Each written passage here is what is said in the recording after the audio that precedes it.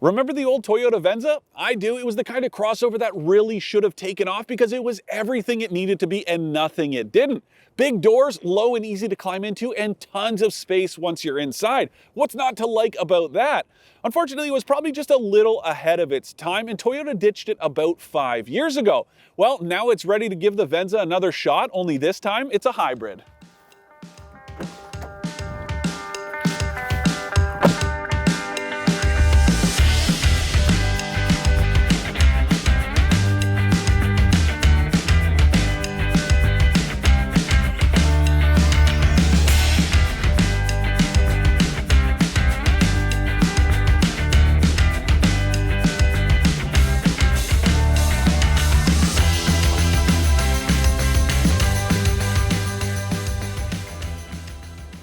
Personally, I'm pretty happy to see the Venza back on the market. I liked it the first time around, but I never felt like it got a fair shake, and this is its chance at redemption.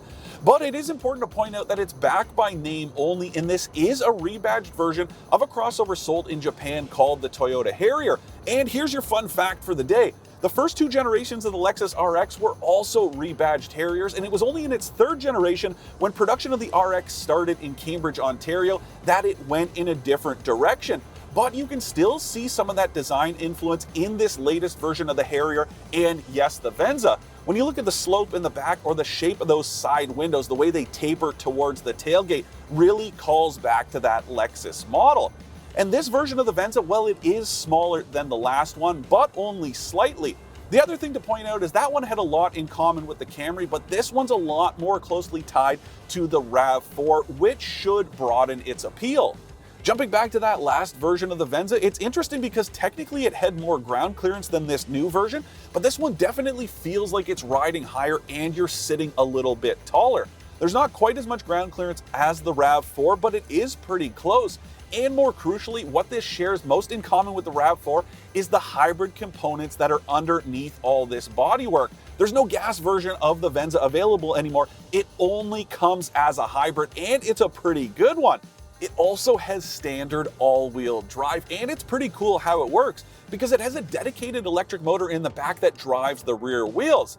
Otherwise, the gas engine and the electric motors up front, well, they only run the front wheels. And that means that this is a more efficient front-wheel drive vehicle until extra traction is needed. When that happens, the electric motor in the back kicks in. So when you're accelerating, cornering, or the front wheels start to slip, you get some extra traction in the back, but otherwise it runs on front wheel drive only. It's really efficient, and it's kind of unique because if you look at the Ford Escape Hybrid, that uses the same all-wheel drive system in the conventional gas-powered version of the Escape, whereas this one has that cool electric system. That gas engine up front is a 2.5-liter four-cylinder, and it's mated to two electric motors, one that drives the front wheels and another one that puts energy into the battery. And this powertrain really is the highlight here. Ford and Toyota are playing a bit of an anything you can do, I can do better game, and you can't go wrong either way. One thing I will point out, Toyota's engine does seem a little bit buzzier when it kicks in, whereas Ford's is just a little bit smoother. But either way you cut it, they are both very efficient and good at what they do. They mostly switch pretty silently between gas and electric propulsion, and they are both very efficient. Now, during a summertime test of the Escape, I was able to get it down to just a little bit lower in terms of fuel consumption. I had that thing burning 5.6 liters per 100 kilometers, which is very impressive, but this one isn't far off either. I'm averaging right around 6.1 liters per 100 kilometers this week, which is in line with the estimated combined average that Toyota gives this thing. So all in all, you are splitting hairs when it comes to efficiency, and it really is going to come down to personal preference. I've driven this hybrid setup in a few different Toyota products recently, and I have to say the Venza does feel the most refined, and the regenerative braking feels the most natural too. Toyota's regen brakes tend to feel a little bit soft off the top. I noted it in my Highlander hybrid video, and I know that is a bigger and heavier vehicle, but it's something that's important to note. Whereas here, these brakes do feel a lot more natural, more like conventional gas-powered vehicle brakes.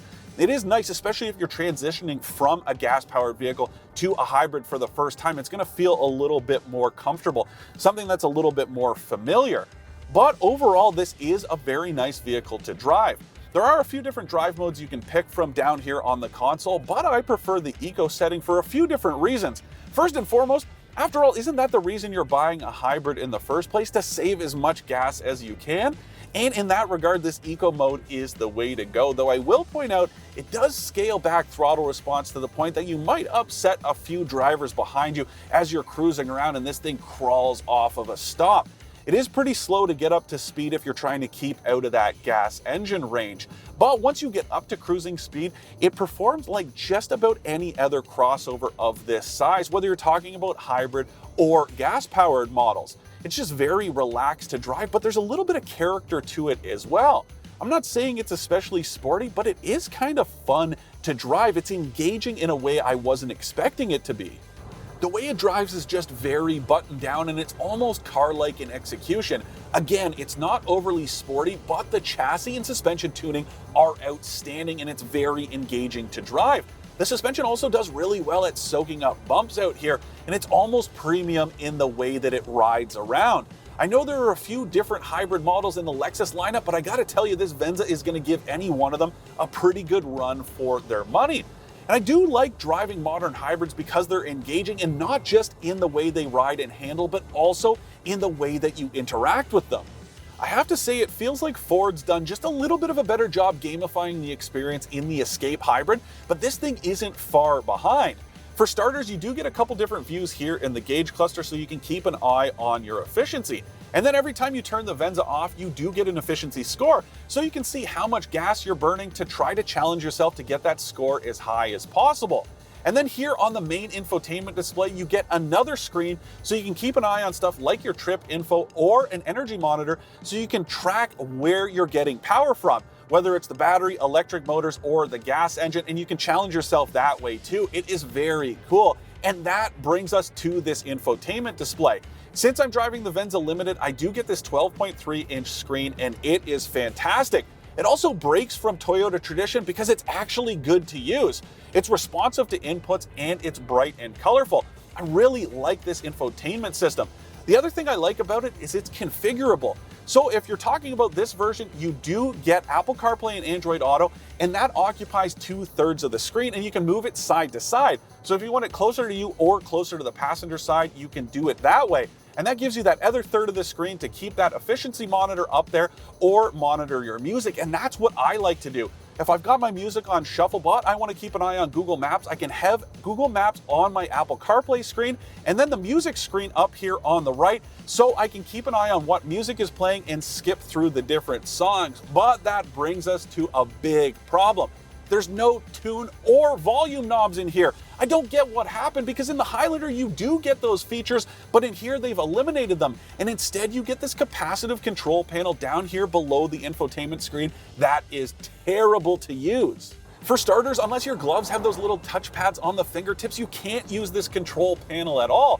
Very frustrating in a country where you've got to wear gloves about 6 months of the year. First world problems, I know, but I don't want to have to take my gloves off every time I want to turn on the defrost.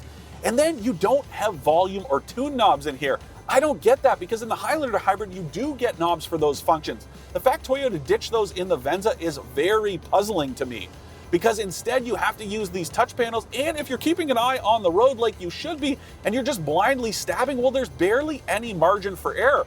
You're just tapping blindly, and if you don't get it spot on, you can't turn up or down the volume at all. Very irritating. And the last point about this capacitive panel, well, the HVAC controls have been simplified. And that means there's no button to sync the temperature from the left side to the right of the cabin or change airflow direction. To do either of those things, you have to jump into the infotainment screen. I just don't understand why Toyota overcomplicated things by trying to simplify it. Very puzzling. But there are a bunch of other hard touch controls in here, like buttons here on the console for your heated and ventilated front seats, as well as your drive modes up here in front of the gear selector, and a bank of buttons by my left knee. That's where the heated steering wheel button is, but I will point out it's totally obscured from view by the steering wheel. And I don't know about you, but I think that maybe the heated steering wheel button should be, I don't know, on the steering wheel. Instead, you have to try to look around it in order to turn it on or off. Very frustrating to use. Only the top 2 trims of the Venza sold in Canada get a heated steering wheel, but all 3 versions do get a leather-wrapped wheel. And that brings me to these seats, because I thought for sure the upholstery in this loaded version was genuine leather, but it's synthetic, and it fooled the hell out of me. Kudos to Toyota, because it feels great and it looks great too, especially in this gray color. And the way it contrasts against this navy blue paint is absolutely beautiful. One thing I don't get about this cabin though, no heated rear seats. And I know you might be thinking that's an odd nit to pick, but consider this. The RAV4 gets them in the top trim, whether you're talking about the gas version or the hybrid. So the fact you don't get them in the Venza is very strange to me, especially considering this is supposed to be a slightly more upscale crossover compared to the RAV4. And for the most part, it looks and feels that way, but then you don't get features like heated rear seats, and it just really seems like a strange omission. You're gonna pay more for the Venza too, so it's reasonable to expect everything you get in the RAV4 and then some. But there's barely that and then some. Sure, you do get a standard wireless phone charger, and you can get it with a head-up display, and that's something not available in the RAV4 at all. There are a few other features that are unique to the Venza as well, like this cool panoramic sunroof. Now, it's a fixed glass panel, but the cool part about it is it's got this cool smart glass, so that if you want to let more sun into the cabin, but you don't want those harmful UV rays or heat coming in, you can hit this button up here and it frosts the glass. It's very cool stuff, but again, whether that's worth paying for is up to you, because there are a few features it's missing that don't make it feel like the premium vehicle it's supposed to be.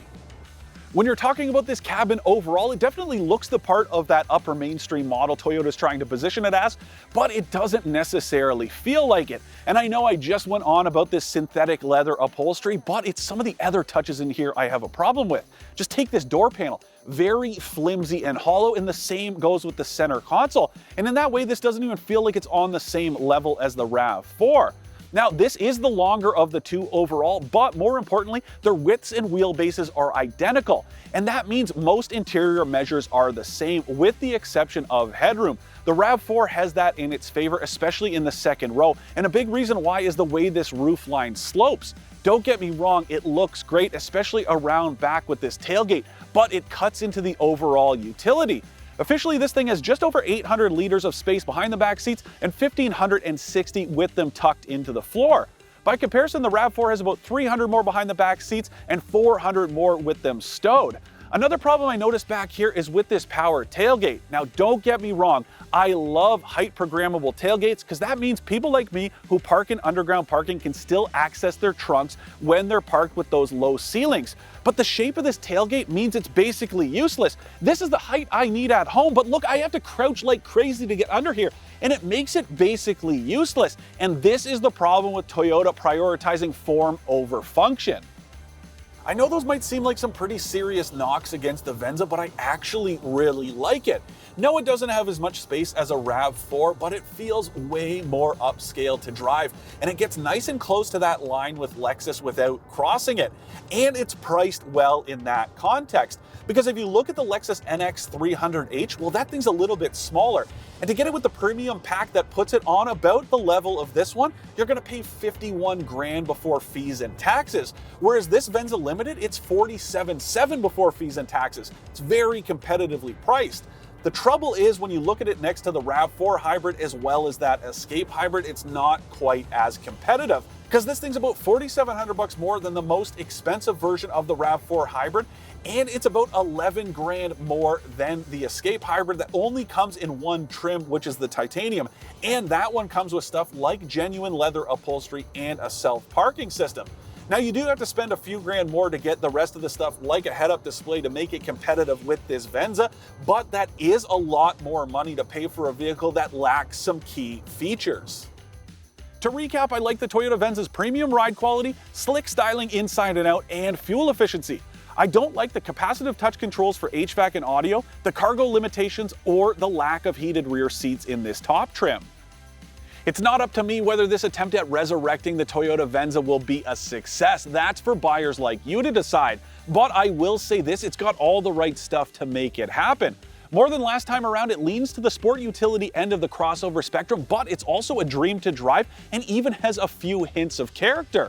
Ultimately, I think the only thing that's going to hold it back is its cost, because it is way more expensive than both the RAV4 Hybrid and the Ford Escape Hybrid. But then again, it feels a lot more premium than both of those vehicles without the premium price tag.